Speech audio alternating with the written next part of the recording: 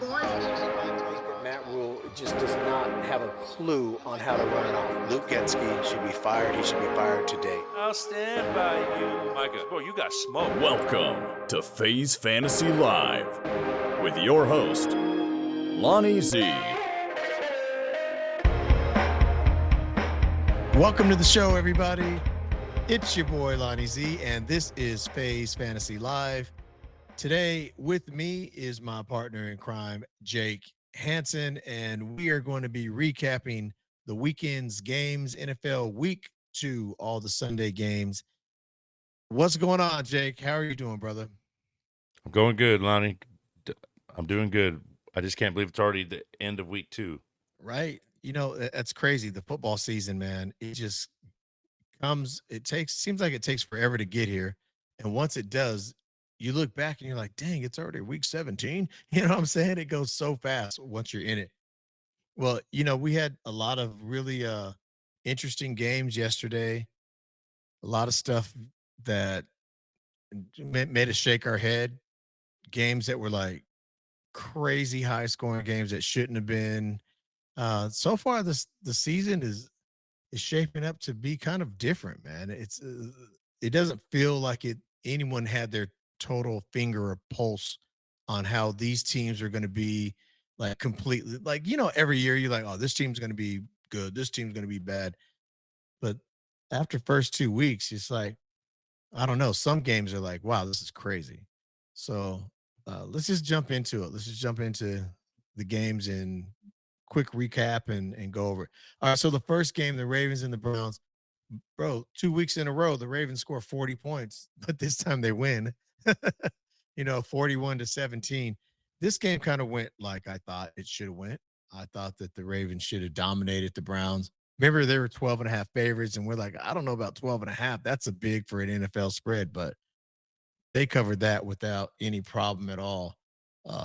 Lamar looked good, but Derrick Henry was nowhere to be found. Where the hell was Derrick Henry? You know what I'm saying? They scored 41 points basically without Derrick Henry. I mean, I know he played, but what'd you have on this game? Justice Hill had the most points for a running back on that side. Sampson had 9 points for Cleveland, and pretty much Lamar Jackson led the whole game on FanDuel with 26 points. It was wasn't too exciting. I didn't think. I watched it. I think it's maybe time to. I mean, what's the reason Flacco is playing? He's not going to be on that team probably next year. If they lose again, they'll be 0-3. I think they need to bring the next man up, and I don't know who that is. Maybe Gabriel, but they have Gabriel. They have Shedeur Sanders. Yeah, I don't know. I kind of agree. I mean, 2 or 3 years ago when Flacco came off the couch, remember that? And then he lit it up for Cleveland and all that. That was still 3 seasons ago. You know what I'm saying? It's like the dude was old then. He was already retired and old then. So yeah, I agree with you on that. Flacco is not giving them a chance to win. And the Browns they don't look good. Bengals and Jaguars. The big story here is the turf toe. 3 months. Joe Burrow is going to be out for 3 months with turf toe injury. We'll get a little more into that in our injury segment. But even with that, the Bengals found another way to win. Jamar Chase has the big day that they needed. They needed a big day from him. The Jaguars looked good, and at first their defense looked good. But the Bengals, held on 31-27. For me, the takeaway is what's going on with Chase Brown? He's been a second round pick all year. That he's going in the second round. In some of my drafts, he went right at the turn in the second round. And he just hasn't, I don't know if they're not using him or what, but he's not doing any fantasy stuff right now. That's for sure in the first 2 weeks. And I'm not too worried about him, especially now with Browning having to come in. I think they're going to have to lean on Chase Brown a little bit more and get that run game established. And on the flip side, though, Trevor Lawrence does look good. He looked better this week for sure. Travis Hunter, again, fantasy wise, is not getting it done. So I think and I do own some Travis Hunter. I would say until he shows, then he has to just sit the bench and just be patient with him because I don't think they've totally figured out what they want to do with Travis Hunter yet. He had 30 something snaps on defense this week, which is way more than last week. And then I know you have some stuff on Brian Thomas and his injury that no one knew about.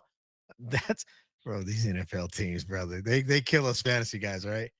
What'd you think about that game? Yeah, about Burrow. I picked Cincinnati to win, a lot closer than it looked. Or I mean, it was a lot closer. The Jaguars could easily won that game. Lawrence and Browning had about the same as fantasy points with 20. 18 Jr. still looked good. I mean, he didn't look bad. He had 16 fantasy points. Jamar Chase went off. Damani Brown led the Jaguars with the most fantasy points. Travis Hunter is not looking. He's not doing fantasy like greatness on a fantasy for on the offense at all.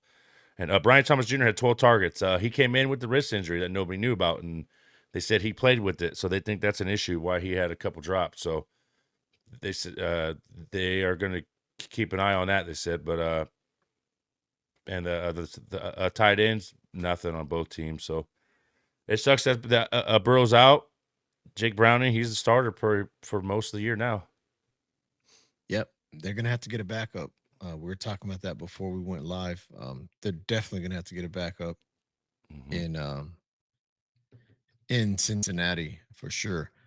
Bills, Jets, big disappointment. Sometimes this happens though with the Bills, especially when they play teams like the Jets and stuff. 30-10 was the score. Justin Fields goes out concussed. He looked like crap before the concussion. It was bad. It's like a bad game plan, I think. Brees Hall didn't get off, didn't nothing.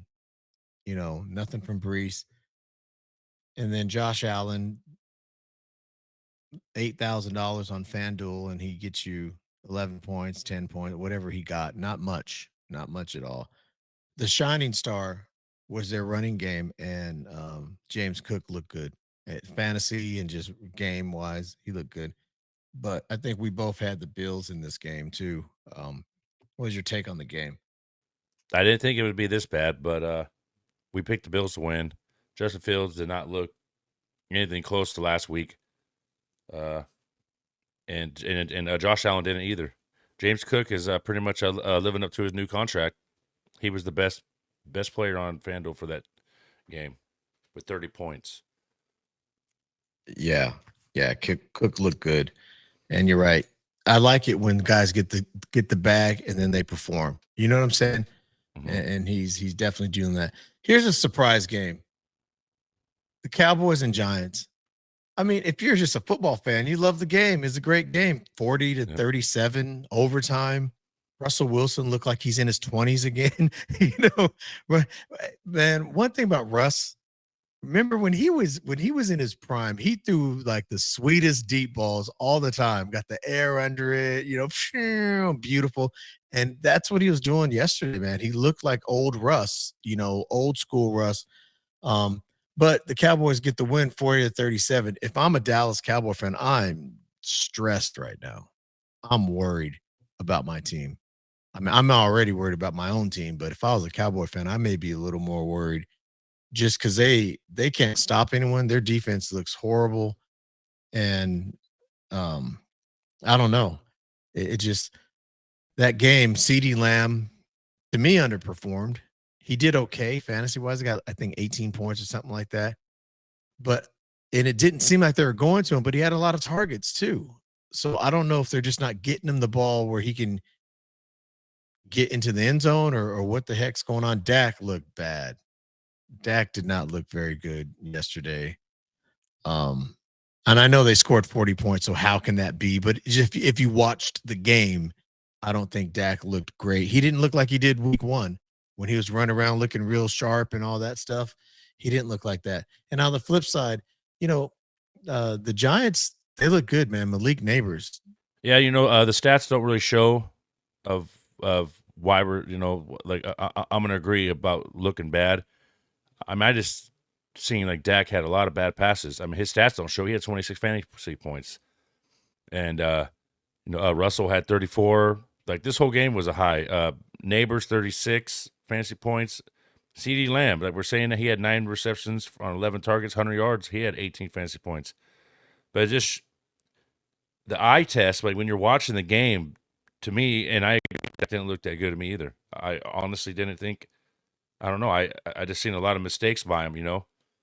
I think they could have shut that game. Put that game away a lot earlier. But their defense does not look good. I don't know how if they have to score 40 points every game. Whew, good luck. Because that looked really bad. Their defense. They need to figure that out. And I know they had one of their top cornerbacks out, but. And Javonte Williams, he ended up having a great game at the end of the day with 22 fantasy points. All around, it was a good. I mean, if you had 2-3 Dallas Giants in there, then you had a good day. That's true. Javonte Williams, 2 solid performances in a row. And like we were saying throughout the week, you and I talk, we're saying that he may have found his team finally. Mm-hmm. They may just be using him perfect fit for him, his style and all that. You know what I'm saying? So good for him. I'm glad Javonte is looking better. And I think you could run him out there as your flex each week right now, because I think this is how they're going to use him. And so if they use him like this, he'll score touchdowns because they're going to use him in the red zone. And he'll get about 20, 18 to 20 carries a game, something like that. So, yeah, I think so. And let's not forget about Wan'Dale Robinson had a big game too. Wan'Dale Robinson had a big game. Yeah. But I don't know if I'm running out, grabbing him on waivers, but he isn't one of my waiver pickups because you have to do that with. Yep. But we'll see going forward if he's able to do. I know he can't sustain that, but something, that's worthy of being rostered. Patriots and the Dolphins. I have the Dolphins. They're at home. And the Dolphins should have won this game. They actually played okay. The Patriots are better than they're not a slouch. They're a more solid team this year than they have been in a while. So I don't hold it against the Dolphins like they should have destroyed the Patriots. But what lost them the game was just lazy special teams. This is a good fight, a good battle. They're going back and forth. Dolphins return a punt for a touchdown.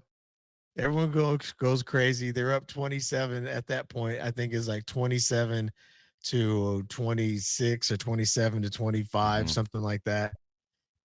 Very next kickoff, Patriots get and they go the distance with the kickoff and take the lead. And they Antonio of all people, and I didn't know he was that fast, bro. He's like old. It's not like this is a young dude.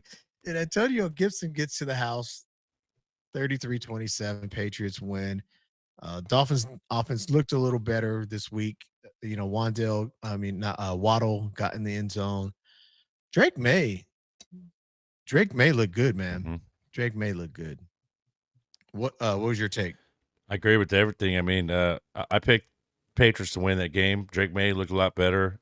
He still hasn't found the receiver that he needs to go to yet. He's kind of going all. I mean, the top receiver was Boutte with 1 catch and 1 touchdown. That was the top Patriots. So, and Achane had a good game, and Stevenson had a great game too. I mean, they're over there switching off with Trayvon Henderson and all that, but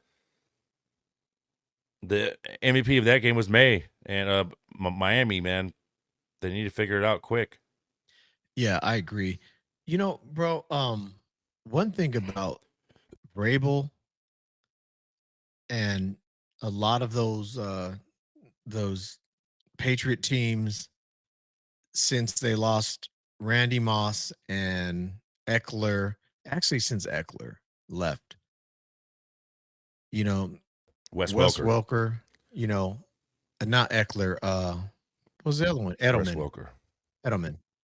and Welker. Since Edelman left, Welker Randy Moss, since those receivers, which are great receivers, And Gronk. they've never been a good passing team in Gronk. And then they had their tight ends. Tom Brady would find those guys. He was able to find them. But once Brady left, they are not a wide receiver team at all. And when Vrabel went to Tennessee, he didn't know how to use receivers either in Tennessee. He had AJ Brown and he had some really good receivers over there that he didn't really know how to get them going. And I'm seeing it again here. Like, you're right. Butte, 2 weeks in a row, he's their number one receiver. But one catch for a touchdown, they go out and get Stephon Diggs, and you think, well, at least they got a guy, a veteran who knows how to be a receiver. They don't even get him the ball. So, and they go get the big arm quarterback, pick him 3rd overall in the draft. And who are they throwing the damn ball to? Not even a tight end. Their tight ends aren't even great. They need to figure that out, bro. They really need to figure that out. So, yeah. Niners and Saints. What was your take on that game? That was a tricky game. That was nobody knew what was going to happen with Mac Jones. You know, we know he could play, but him and Rattler was the 2 MVPs of that game. To be honest, McCaffrey had a okay game, good game. Kamara, Jawan Jennings, you know, had some good fantasy points. I mean, if you had those guys, then they did well for you. But Mac Jones looked all right, and even Rattler looked all right. Only thing coming out of that game was the Niners defense gave it a little more than I thought they would, but they're still trying to figure it out what everybody knew over there. But Saleh, man, it just seems like he has to wait till the end to make that call. You know, it's like he during the whole game, the first 3 quarters, it just seems like he just leaves a bunch of space, but then at the end he buckles down and gets it done. But the Niners needed that win with the big injury to Purdy and Kittle, and I picked Niners to win, so I guess that's what I thought would happen, and it happened. Yeah, I went with the Saints, and the Niners got the win 26-21. Spencer Rattler looked pretty decent. He looks like he's getting better. You know, Yep. he had a decent fantasy game too. Over 20 points, I think Spencer Rattler scored. Yeah, 21. Him and Mac Jones pretty much got the same points, 21. Yeah, Mac Jones, first weekend, you guys got the win. You know, you can't be mad at it. I don't think he's going to be there too much longer.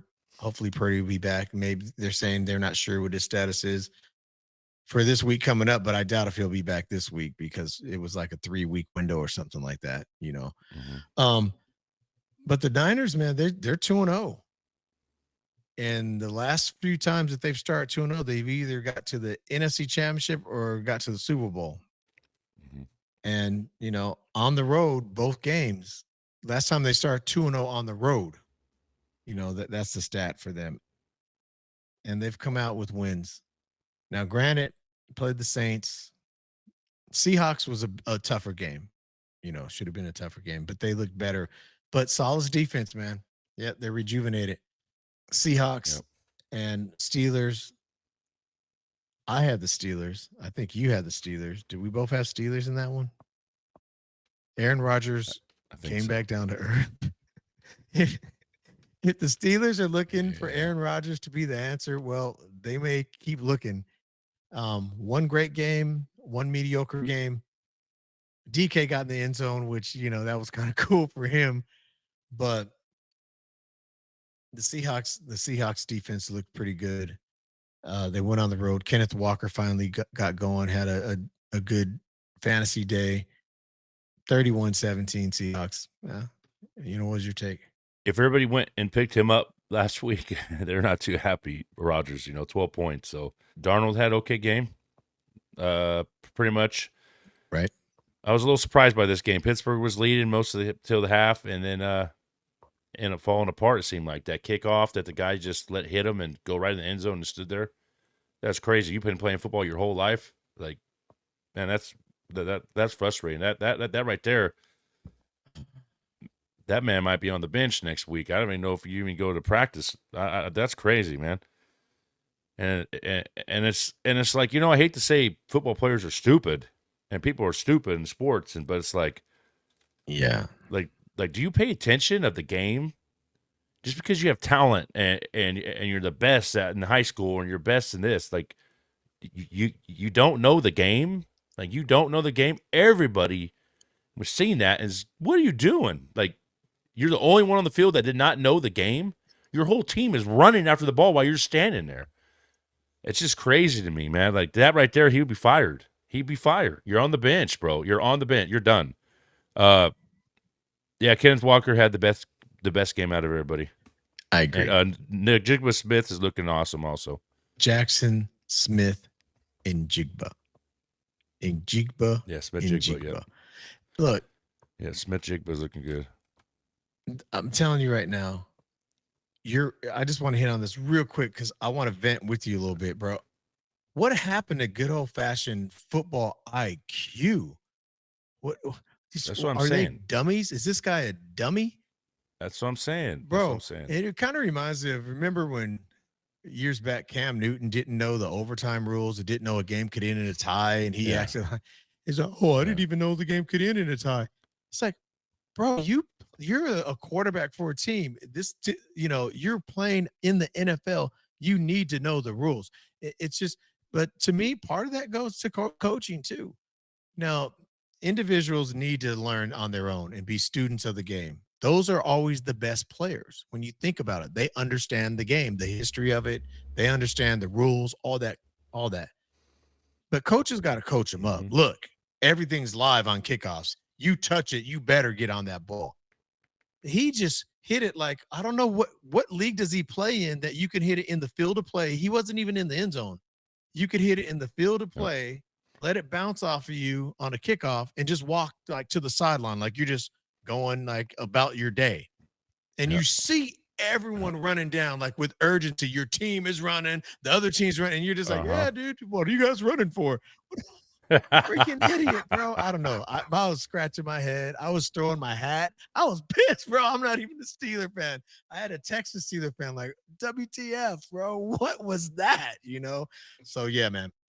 And Caleb Johnson is a future for that team for running back, but I'll tell you what, he might not be the returner anymore after that. That's crazy. For real.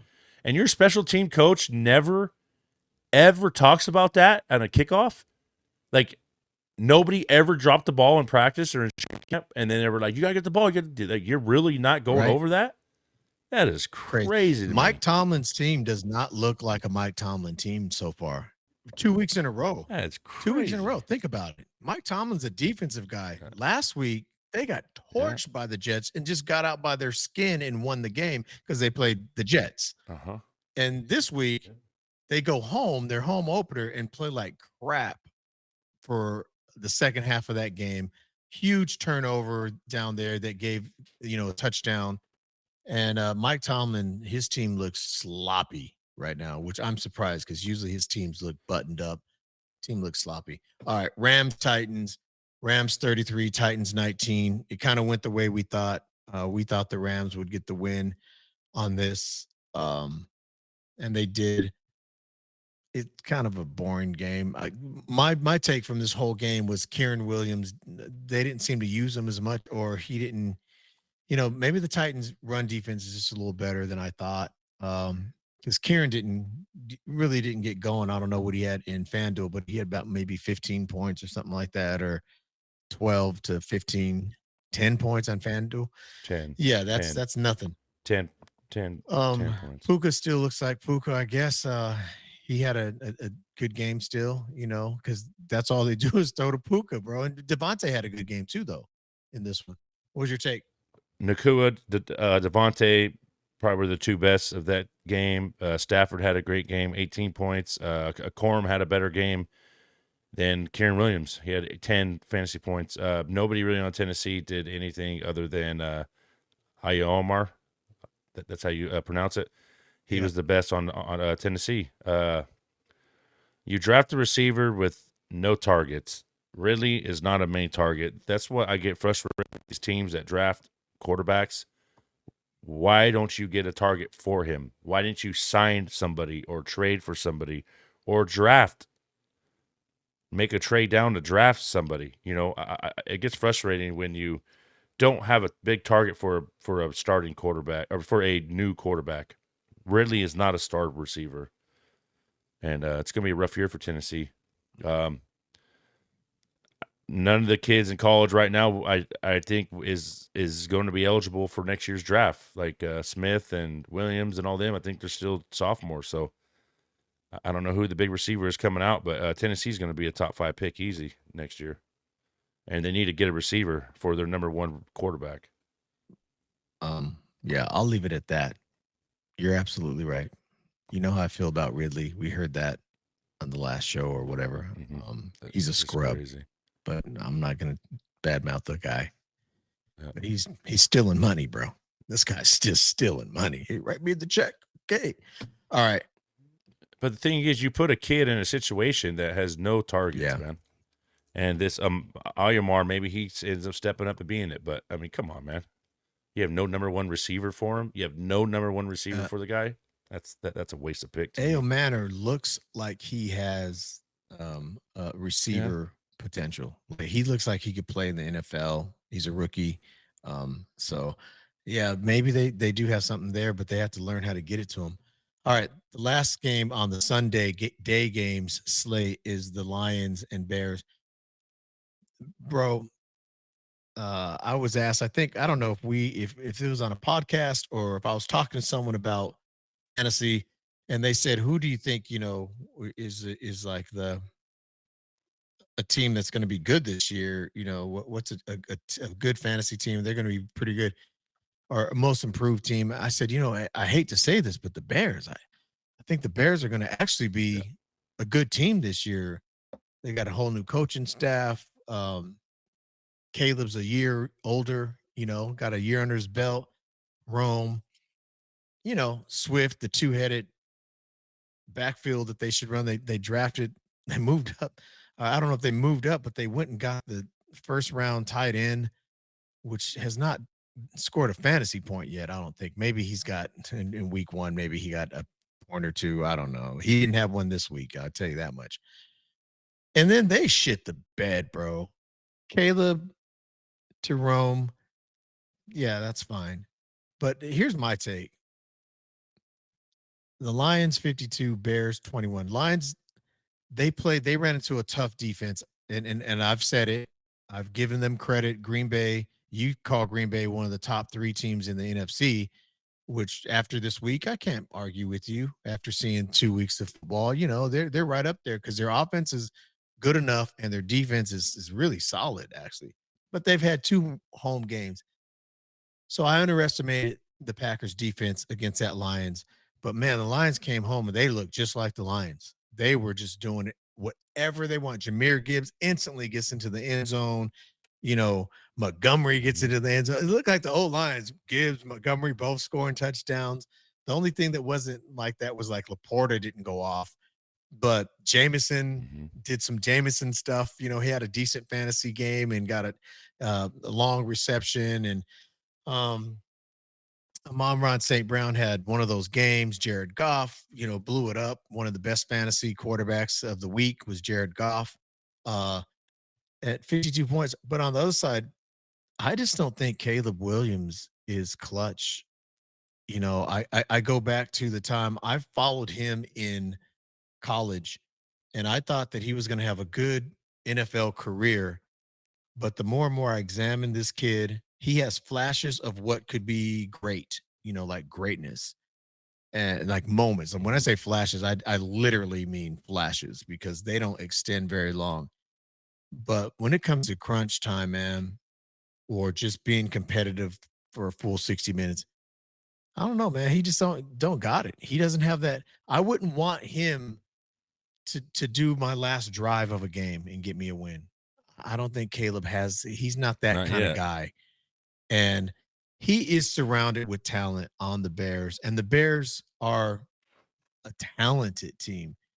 But once again, for some reason, when it comes to the X's and O's, they just can't put it together, man. They got their butt whooped. And our boy Chris probably hating it. Good thing that boy's in Mexico, because them Bears got that butt whooped. 52-21 is a disgrace. Rome looked good from the very beginning. Rome looked good. So I can't even say it was garbage time because that's not the case. He started off looking good. And I think Rome Mhm. should have a good season this year. I've thought that he should have a good season. I think Caleb, fantasy wise, should have a better season than a lot of quarterbacks. But there's just something about him, man. I think he's too worried about the color of his nails he's going to paint and all his little crap, bro. He does all the, and I'm not saying there's anything wrong with, but he makes it a point to like take pictures showing his nails, bro. I don't really want a quarterback like that, to be honest with you. That after he loses a big game in college, he runs over to the sideline and cries in his mom's chest. I don't want that guy running my team, bro. I'm sorry. It's soft to me. Football's a man sport, and people can get pissed off all they want. Don't listen to the show then if you don't want to hear this. But football's a man sport. Manly men, the toughest of the tough. You got to be mentally and physically tough to play in the NFL. Bottom line, I don't know if Caleb Williams is that. And I've sat here and ranted about how great he could be. There's clips people could pull them up of me and you both giving this kid props, thinking this guy's going to be. But after a year and 2 games, a season and 2 games in the NFL, I'm not seeing anything that I thought I would see. I'm seeing kind of a soft kid, like just soft, like he's just a soft kid and he's got some talent. But they'll never win a Super Bowl with this kid ever, ever, ever. That's my take, my rant. What's your take on the game, brother? We well, I don't even know if I need to. But Detroit won, picked him. Goff and St. Brown went off, had a feeling. Jameis Williams had a great game. Gibbs, 17 fantasy points. Rome went off. Caleb Williams, I would have took his 18 fantasy points yesterday because it was better than our quarterback that we picked. But does he look like he cares if he loses? Does he look like he really cares that he loses or even what he does? I mean, I No. know there's been interviews, and on last week they were talking to him and he was talking up with Johnson, the coach, and saying, this is the year and all that. And I mean, the kid has talent. I mean, you watch him, he has talent, but does he care? Honestly, does he care about even like if they win or lose? Every quarterback should care if they win or lose. I don't see him I don't think he cares.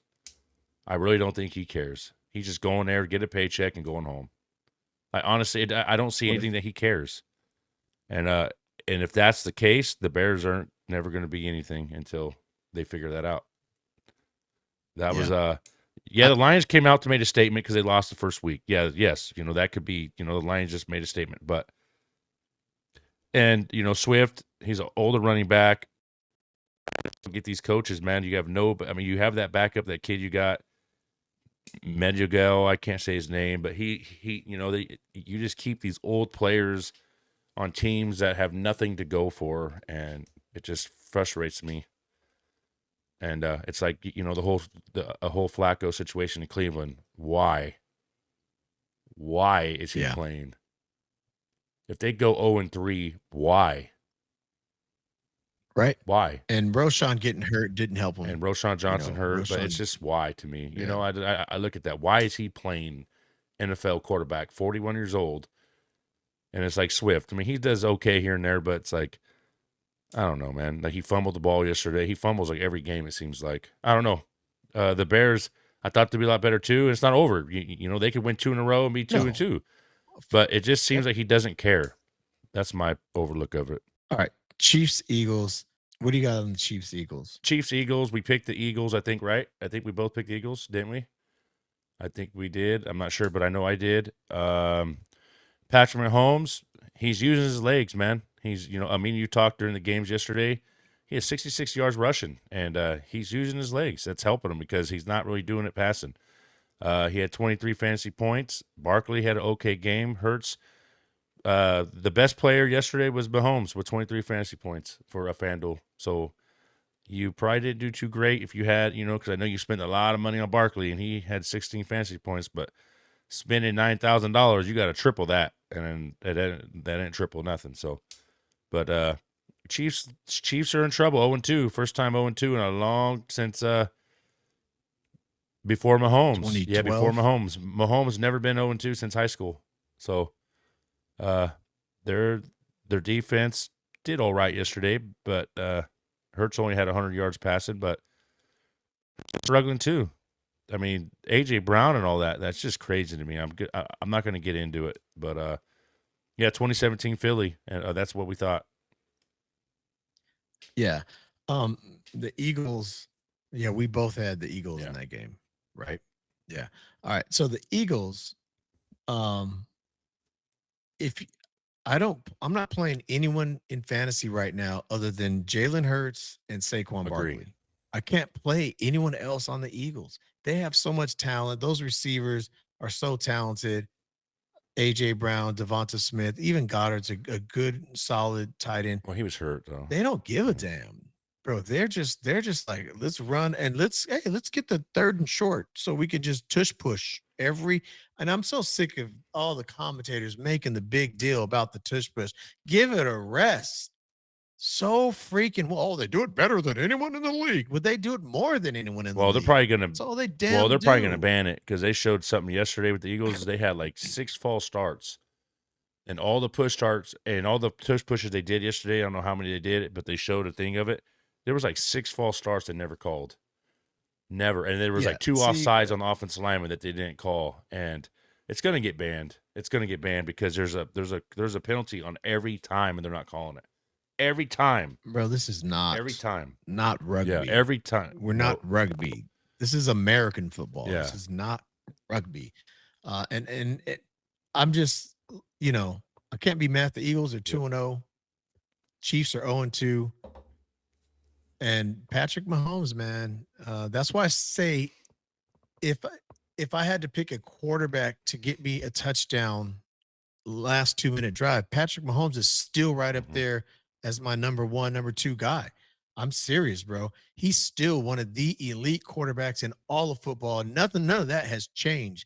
His numbers may go down and all that, but his tenacity, his IQ of the game, his ability to make things happen, you can't argue it. He's literally trying to carry this team on his back. And Travis Kelce needs to just go get married and move off into Hollywood, dude. Go do your thing. Don't try and act like you're all fired up on the sidelines and stuff. Get the hell out of here. Travis Kelce, man, is washed, bro. He's washed up. He's going to end up he won't be a top 7 tight end this year. I don't think. Not unless they have to, well, he's going to have to be actually if they're going to come back. Yeah. But I just don't see him like that. He's another guy who seems like he doesn't have the heart for football anymore. All his off the field stuff. So Travis Kelce's, but that's my take on that. It did go the way we thought it would go. Broncos Colts. That was a good game. I think we both picked the Broncos. Yeah, they blew it at the end. And I had the under, but they went over. Daniel Jones, 2 weeks in a row, gets it done. I'm waiting for the inconsistency. He's been sitting on my bench in one of my leagues, and I may run him out there next week, bro, just because he's just getting it done. He's 20-plus points in each week. He's got the best cast that he's ever had as a pro. He's never had a team like this surrounding him with the quality running back, quality receivers, good young tight end, a good line. What was your take on the game? It was a great game. It was a great game. Daniel Jones is keeping. He's being consistent. 25 fantasy points. Jonathan Taylor, great game, 165 yards, 31 fantasy points. On the Denver side, Tyler Warren, another good game, 79 yards, but not 9 fantasy points. J.K. Dobbins led. He's the running back for Denver right now. R.J. Harvey only had like 5 carries. So, and then Troy Franklin had 26 fantasy points. Denver had that game. The game was over. They missed a field goal, penalty for leverage. Another idiotic call that the refs had to make. But I mean, for leverage. He didn't get his hand on the ball. He didn't block the kick. That's a call that like threw over, it's just another stupid penalty. That game is over. Denver won. Yeah. But that sucks. Now if he would Yep. have tipped the ball, you call the penalty, man. Like come on. Yeah. It's just It was but hey, Daniel Jones he has to stay consistent. Keep on doing what you're doing, man. Keep on doing it. Yeah. It was a good game, entertaining. And you're absolutely right. Dumb mistake. Once again, the football IQ, it all gets back to that kind of stuff, man. Knowing your rules, knowing, you got to be disciplined. And the more disciplined teams are going to be the more successful teams.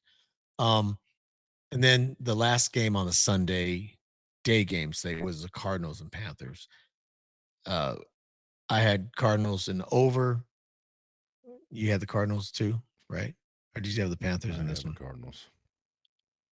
The Cardinals. All right. It don't sound so disappointed. One thing that I'm disappointed in this game was why did they draft Marvin Harrison? Why? Crazy. I mean, really, why? They don't know how to use him, obviously. Last year they didn't know how to use him. This year so far, one game was his first game wasn't even he's great. not as good as And Neighbors. Neighbors is the best second-year receiver now. Yeah. No, Marvin Harrison was the first receiver picked last year. He is not as good as Neighbors. I don't care. I will argue to the death on anybody right now, any Cardinals fan. He is not even close to what Neighbors is. Marvin Harrison is not a top 10 receiver at all. If I keep hearing that he's a top 10 receiver, that's wrong. It's not, and you're going to blame Kyler. Well, no, he's not a top 10 receiver. He's not even a top 15 receiver. I'd rather take Javon Jennings than Marvin Harrison Jr. Thank you. Well, Jake, why don't you tell us how you really feel?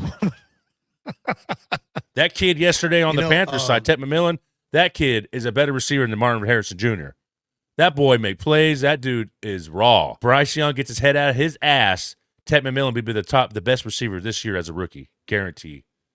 It seems like Bryce Young needs like 2.5 quarters before he gets going.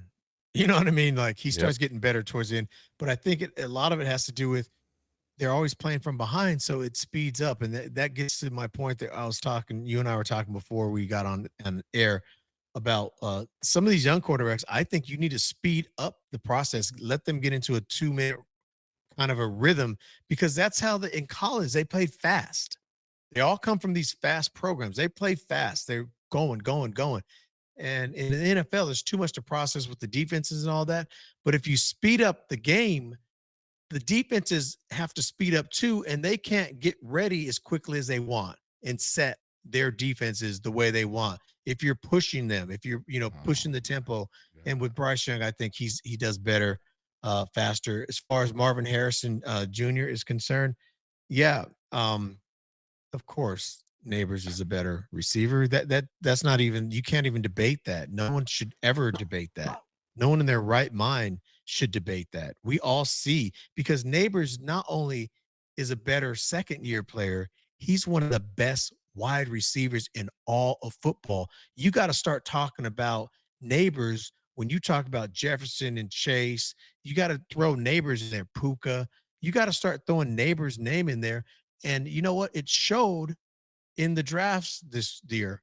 He was late first round and going to turn second round.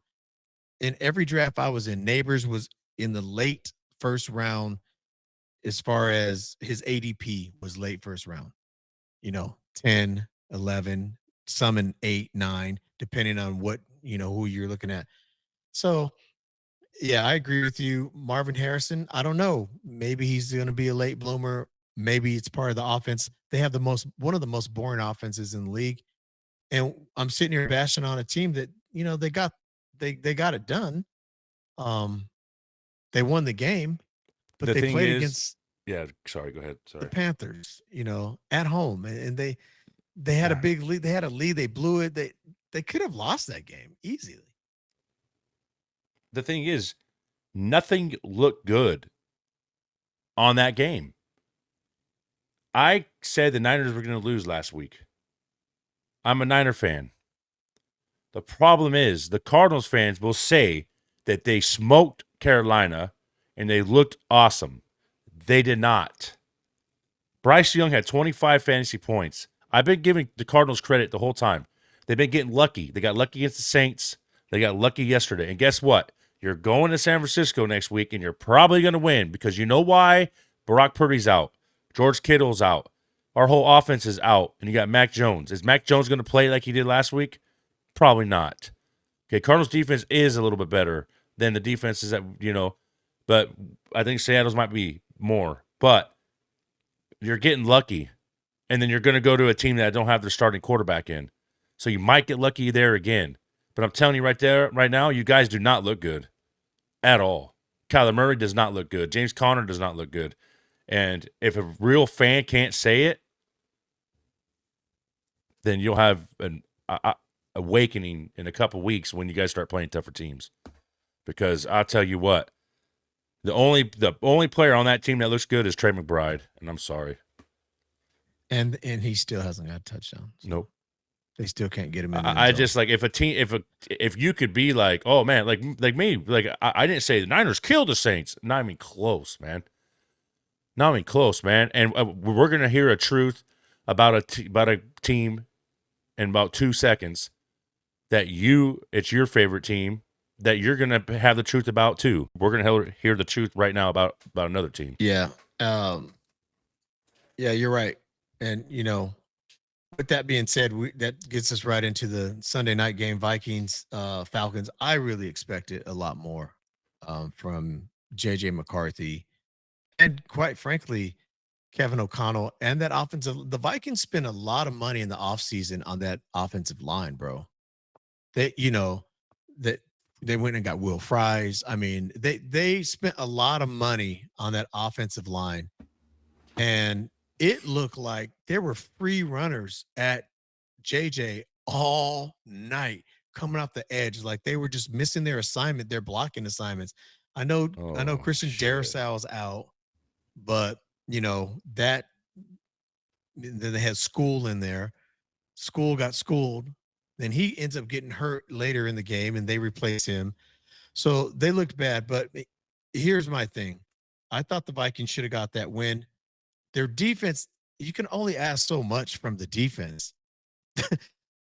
Atlanta had 5 field goals, bro, and the Vikings couldn't do nothing with that. It's like your defense is out there playing their asses off, only giving up 5 field goals, and the best you can do is counter that with 2 field goals.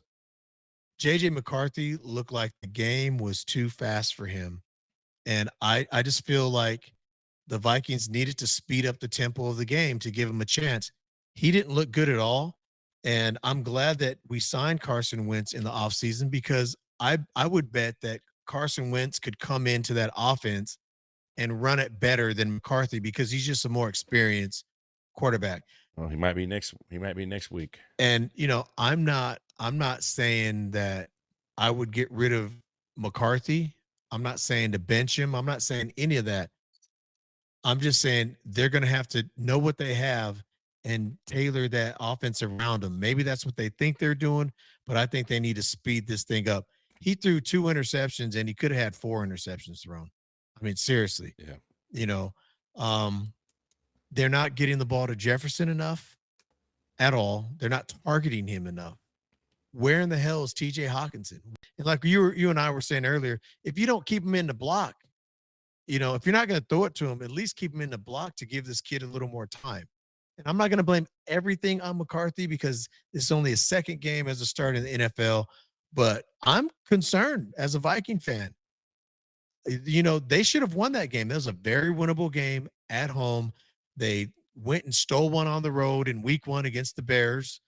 And then they come in, they lay an egg, they shit the bed here at home. And now they're 1-1, and here comes Cincinnati. With or without Joe Burrow, Cincinnati is a good team. They have a lot of firepower, offensive firepower, so it should be a good game. But Cincinnati's coming rolling into town next week. They're 2-0, and the Vikings are 1-1. I'm a little concerned. They need to tighten up this ship, and they need to get the offense running better. Why they didn't run Mason Taylor? This is what gets me back to O'Connell. What the hell is O'Connell doing? I love Kevin O'Connell, but bro, if he's going to be doing this, this could be Jordan Mason. This could be a Jordan long Mason. season for the Vikings. You know, you can't look at last year's 14 wins. Throw that out the window. You got to look at this year, and they have one of the toughest schedules in football. And so I'm concerned. You know, we got our ass kicked. That's how I look at it. We look like we couldn't do nothing at all on offense. And this is supposed to be I've been saying he's a quarterback whisperer. I even text you, bro, watch, you'll see. Trust me. McCarthy's going to have more points than Bo Nix at the end of the night. That did not happen. He had 3 fantasy points or something like that. 4. That's disgraceful, bro. Disgraceful. You know, so what'd you have on the game? Well, you know, the Falcons are no slouch. Like They're I was not. saying, you know, we took a lot of credit away from the Falcons. Their defense. My bad. Yeah. Bijan's looking the best that he ever has. Pitts is finally getting the ball. They're finally getting the ball to Pitts. Vikings had a bad game, and I told you that yesterday, and you're like, fuck that. Well, they had a bad game. There is some bad news that I just seen right now. It just came out. A report just came out that McCarthy is out for the season with a broken ankle. Are you serious? No. Okay. No, bro. it's a sprain. I'm sorry, that's a joke. I'm trying to make Lonnie happy, but he has a. But no, this is the truth. Yeah, this is the truth though. McCarthy has a sprained ankle, and they said he is TBD for next week. That is kind of fishy to me. Bro, yeah, let's rewind. That's kind of no. This is the truth. This just came out right now.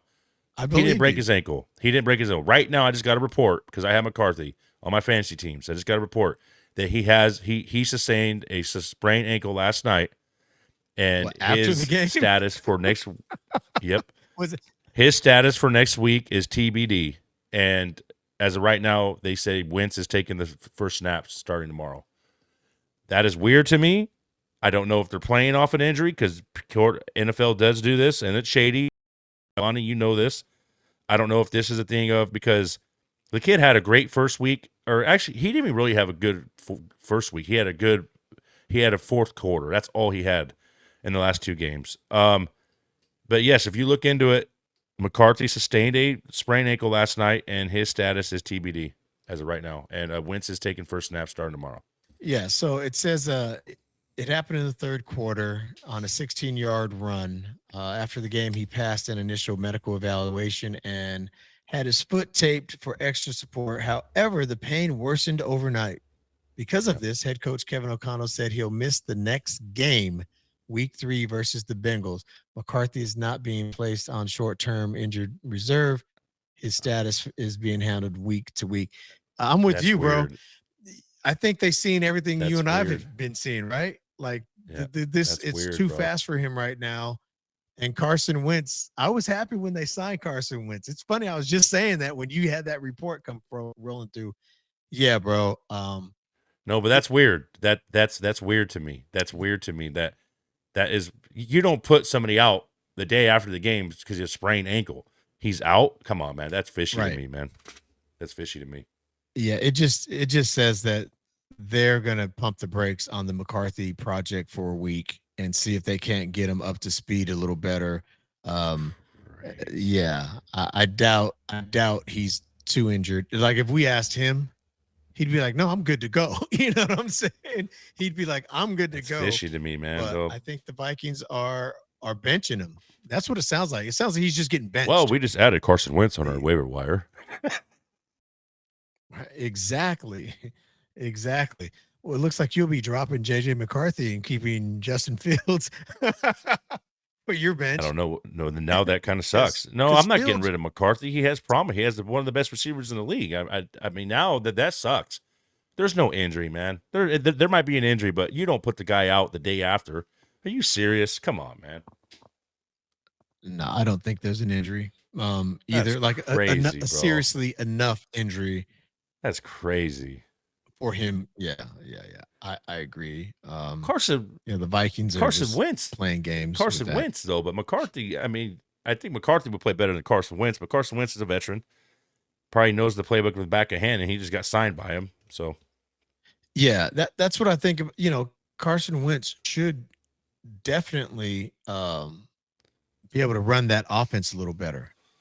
He raw talent. Yeah, McCarthy probably has more raw talent, but Carson Wentz probably can run that offense a little better because he's a pro and he's been around the league and he's been around teams. And when you think about what happened with Darnold last year, um, Yep. I think that Wentz with O'Connell is going to be a lot better. And watch, we're going to see 20 to 30 points scored next week from the Vikings offense. I bet.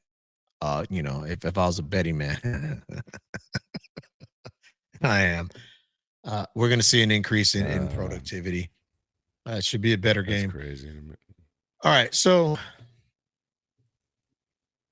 let's go over some injuries. What do you have from the injuries from yesterday?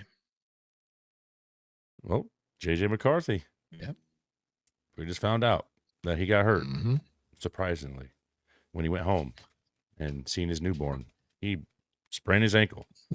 That's shady shit there. I don't know. That's weird. Joe Burrow, turf toe injury, out 3 months. Waiver wire, Jake Browning. He's the Bengals starting quarterback for the next 3 months. Brian Thomas Jr. came in with a wrist injury that nobody knew about, dropped probably like 4 balls yesterday, and then they say he has a wrist injury. It's like, all right. Yeah. 12 targets, 4 catches, and you have a wrist injury all of a sudden. Aaron Jones, nobody knows anything yet about that. Justin Fields is in concussion protocol. We don't know anything about that as of right now. That's going to be a couple days. Justin Fields did not look good last week. And that's pretty much it now. Joe Burrow is the biggest one. Joe Burrow is the biggest one. JJ McCarthy, he will play for the Vikings probably week 4. But Burrow is done. He's done. He's done. 3 months is pretty much the whole year. So and all that, I am glad. I'll be honest. Like you said, we could be brutally honest about our teams. I'll be honest. As far as the Vikings are concerned, I'm glad they made this decision because it tells me they're putting winning above any guy. Like they're not going to be stubborn. No, that's our guy. We're going to run. They're like, no, this ain't working. After 2 weeks, I got one good quarter out of this kid. We got to put ourselves in a position where we got to win. They want to win, and I want to win too. So I could tell yesterday there was a little too much of O'Connell going to him after every series. The first week it wasn't like that. Yesterday there was a lot, and you could tell he was just like, it was like a dad telling his kid, like, hey man, you fucked up, you can't do that, or I'm sorry, hey, you messed up, or hey, or a boss telling his worker like, hey, again, like, you know what I mean? It just seemed like that conversation there was no smile, there was no like, all right, you got it, you're okay, go. No, there was. And after that last pick, man, he was just like you could tell it was done. And O'Connell's face, you could tell it was done. And I'm surprised he didn't put Wentz in sooner. Surprised he didn't. And maybe it would have been a confidence thing for McCarthy. But for you to say that he hurt his ankle, and he might have really hurt his ankle. I mean, we could go back and see if I could go back and see if his ankle was really taped. But all of a sudden to put him out today on Monday, look at. Brock Purdy didn't do anything wrong the first week. They didn't put Mac Jones in because Brock Purdy was not hurt. But Brock Purdy, on Tuesday, it was turf toe injury, shoulder injury, but it went all the way until Friday until they said he wasn't playing. JJ McCarthy, you're already saying on Monday at 2 in the afternoon? That's crazy to me. Yep, it is crazy. Well, we'll see how next week goes. All right, let's get into some waiver wire stuff. Some of these guys that jumped out to me, some of the receivers that you could be looking out for on the waiver wire. Wan'Dale Robinson, 10 targets, 8 receptions, 142 yards, a touchdown. Can't expect that every week, but a lot of people are hurting at receiver. They're looking for that third guy. He's a good waiver stash. Get him on your bench. Hunter Renfrow. Hunter Renfrow's been out of football for a while with a health condition. And man, the fact that he's back, he got 9 targets, 7 receptions, 48 yards, 2 touchdowns yesterday. I was really pleased to see that. I don't know going forward, how viable he's going to be, But if he's going to be the number 2 to Tet, he's worth going to get on the waiver. And if you have room on your bench, stick him on your bench and stream as needed. Or you get an injury, maybe he plugs in. If he can have that kind of production, like 9 targets, he should be okay. Troy Franklin, here's the thing. 9 targets, 8 receptions, 89 yards. Where was Cortland Sutton? Why don't they use Marvin Mims yet? You don't know who they're going to use on receiver from Denver, but Troy Franklin, keep an eye out on the waiver wire for him. Devontae Walker with Baltimore. He only had 2 targets, 2 receptions, but they're both touchdowns. So yeah, you take that with a grain of salt. DeAndre Hopkins, he got 2 touchdowns a week, one in week 1, one in week 2. Tyquan Thornton with Kansas City looked like they use him to stretch the field a little bit. 5 targets, 2 receptions, 59 yards, and a touchdown. And then the one I really think is really the one, if you want to go target a wide receiver in this waiver wire, is Alec Ayomanor from the Titans. Now, you would only get him to stick him on your bench and hope that he can become something. But he looks like, this sounds crazy because they're all wide receivers, but he looks like a real wide receiver. He's only a rookie, and he looks like he's ready to play in the NFL. So those are my waiver wires, wide receivers. But there's Jared Goff if you want to go. Russell Wilson had a great day. Drake May, Bryce Young. If you're trying to get a quarterback, Jake Browning, you might want to pick him up and stick him on your bench. Those are some kind of honorable mentions from the quarterback side. But who'd you have on your waivers? Pretty much everything you had. Like I said, I have on one of my leagues, my 12-man. It's a big league. Daniel Jones is still there. Cedric Tillman, he had an okay game. I agree with you with everybody else. Renfrow, Wan'Dale, I have all them. Michael Penix Jr. is on that also, if he's still there, and Russell Wilson, and now with Carson Wentz. I mean, if he does start this week, I would probably give it a week and see what happens. Yeah, Carson Wentz would be a really good one to consider in FanDuel for this week coming up. Seriously, as a streaming quarterback in FanDuel, and in your roster, if you're sitting around and you have to choose from, like, say you have Justin Fields as your starting quarterback in redraft, and now he's in protocol, take a flyer on Carson Wentz or Russell Wilson. I haven't looked at next week's games yet. I don't know who they play just yet. I haven't looked at that schedule, but or Jared Goff. If the Lions are at home, they're way different at home than they are on the road. And now, sorry, just as of 2:35 Eastern time, so that was just right kind of now. Jaden Daniels is iffy for next week's game against the Raiders. It's in doubt. With his knee injury, I knew he hurt his knee. I think you said, we talked about it after the game.